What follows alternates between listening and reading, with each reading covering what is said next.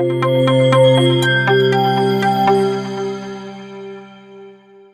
right, now sales objections are issues that prospects communicate to salespeople, as reasons why they can't buy product or service from them.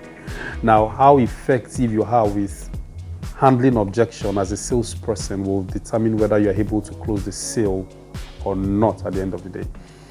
And the most effective way to handle objection during a sales presentation is to block the objection and not to overcome the objection.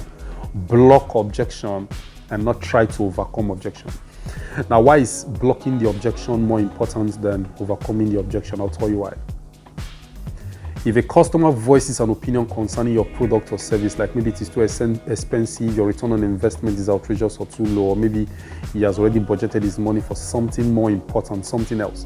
Now, because they have voiced their opinion, they are less likely to change their mind or be convinced otherwise, no matter how hard you try to push back on them. So what you're expected to do as a smart salesperson is to block the objection in their head, block it up here before they voice it out. So how do you block the objection before they voice it out? Here is how. Now, while you're with a prospect during a sales presentation, on the average, every prospect has about 3 to 5 objections. Now, what if you know these objections and so you go into your sales presentation blocking the objections before the prospect voices it out?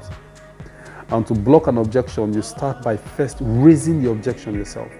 During a sales presentation or during a sales speech, if you raise the objection, you own the objection, and then you offer a solution afterwards.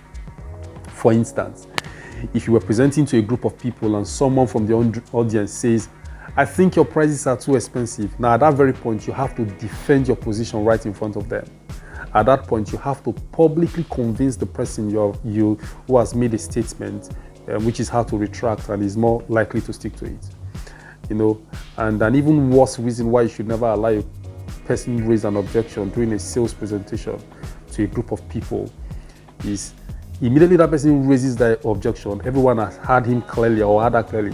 They'll be like, I think that's true. Their return on investment is high. Now you're in a position trying to defend yourself against multiple opinions.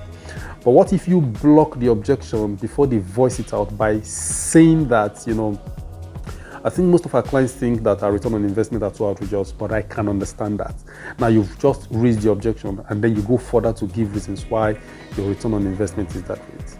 So learn to block objection early enough before it is voiced out, so you are not confined, to a defensive position trying to explain. Because when you are explaining, you are not winning a conversation. If your presentation is to last for maybe 10 minutes timely, raise the objection and address them smartly. By so doing, you are reducing resistance and increasing your likelihood of closing the sale.